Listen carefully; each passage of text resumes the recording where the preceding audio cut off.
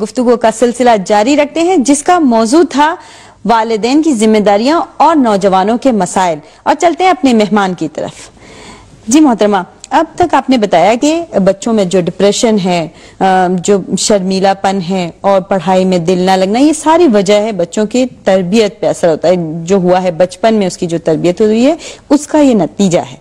तो अगर इस तरह से हम उसको अच्छे से तरबियत दें तो ये सारी मुश्किलात हल हो जाएंगी। यहाँ तक कि उसका पढ़ाई में भी दिल नहीं लगता है, कंसंट्रेशन नहीं होता है। तो इस सारी मुश्किलात का हल है यानी बचपन की तरबियत या कोई और वजह?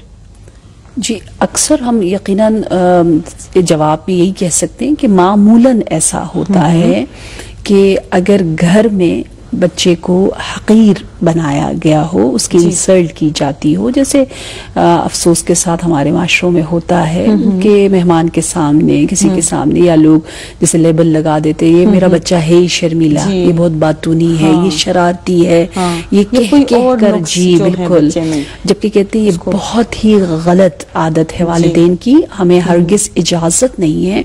हत्ता अगर मेरा बच्चा शर्मीला भी हो तो मुझे नहीं कहना चाहिए सबके सामने, उसके सामने कभी उसके मसाइल डिस्कस नहीं करनी चाहिए। अगर मैं किसी बुजुर्ग से बात भी कर रही हूँ तो कोशिश करूं कि वो न सुने और मैं उससे उसके मुतालिक पूछूं। मेहमानों के सामने कभी ना कि मेरा बच्चा शर्मीला। आप जितना वो रिपीट करेंगे, तकरार करेंगे, दोहराएंगे वो जुमला, उतनी वो आदत जो है वो मुहकम होती, मजबूत होती चली जाएगी उसके अंदर।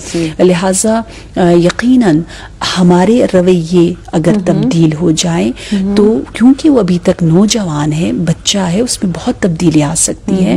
वो जो खत है अमीरुल मोमिनीन अलैहिस्सलाम का, जो आपने एक रिवायत के मुताबिक इमाम हसन मुश्तबा अपने फर्जन के लिए लिखा, उसमें बहुत ही खूबसूरत नुकात है। मैं वालिदैन से कह सकती हूँ कि एक बहन होने के हवाले से ये एक रिक्वेस्ट करूंगी कि ज़रूर इस खत का मुताला करें।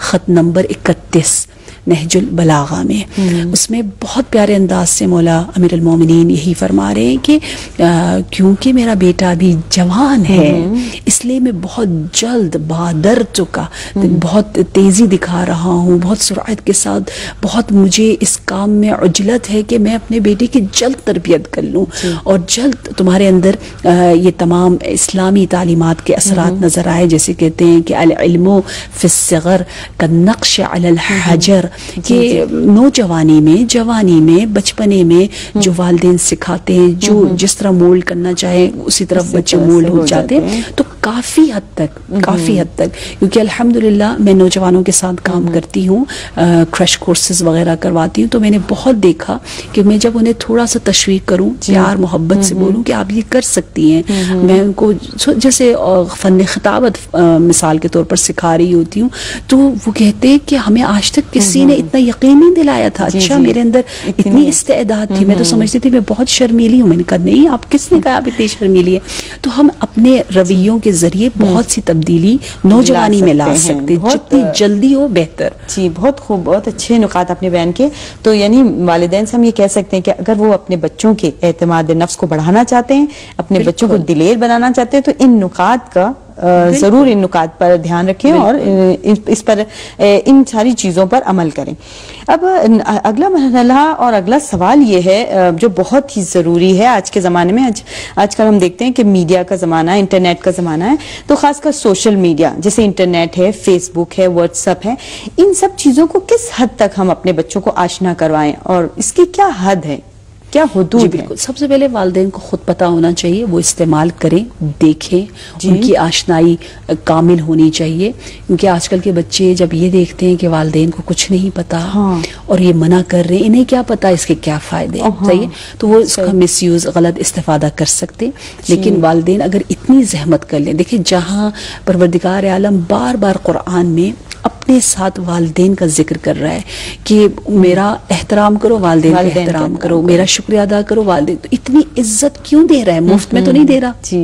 जब इतनी इज्जत हमें मिल रही है, जन्नत हमें मिल रही है क्योंकि हम वालिदैन बने, तो हमें वक्त निकालना होगा। बेशक मुझे पसंद नहीं है, हाँ बेशक मैं कहूँ यार छोड़ो, मुझे क्या, मैं क्या बैठूं, मेरी आंखों में दर्द होता है, मैं क्या स्क्रीन को देखूं? नहीं, आप एक टाइम निकाले, बच्चों को पता ना चलने दे और थोड़ा सा आप सीखिए ये है कि चाहते ना चाहते हुए हमें इससे दो चार होना चाहिए। आप अगर सीख लेंगी फिर आप अपने बच्चे को गाइड कर सकती हैं। एक तो वो मसलन मोबाइल है, पहले आसान था, लोग सिर्फ कंप्यूटर में ये चैटिंग वगैरह करते थे, अब तो अफसोस के साथ हर एक के हाथ में आ गया। तो फिर भी आप एक टाइम रख सकते हैं। यकीनन मोमिन मुसलमान अच्छा अहले बैत का चाहने वाला वो है जो तमाम इन जराए के जरिए दीन के लिए और इसी तरह अच्छाई इंसानियत के लिए इनको इस्तेफादा करे, इस्तेमाल करे, ना कि हम इनसे दूर भागे। हमें रखना है इसके लिए, जैसे क्वालिटी टाइम हमें रखना है। हम कहेंगे हम 4 से 5 घर में 5 से 6 बजे इतने बजे हम लोग बैठ के चैट कर सकते हैं। आप करो अपनी फ्रेंड्स के साथ, मैं आपके साथ बैठी हूँ, जैसे टीवी लॉन्च में कॉमन एरिया में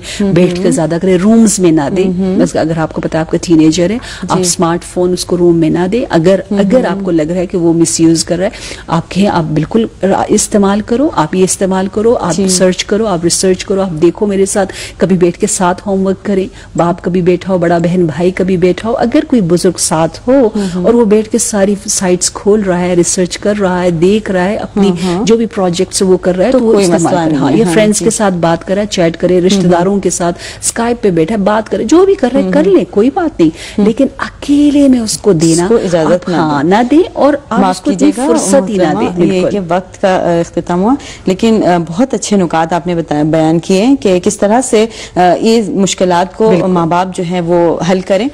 इंशाल्लाह कि आपसे दोबारा मुलाकात होगी। बहुत शुक्रिया कि आपने इतना अच्छे नुकात हमें दिए और बहुत सारे, मुझे यकीन है कि बहुत सारे मसले और मुश्किलात जो है माँ बाप के हल हो चुके होंगे आपकी बातें सुनकर।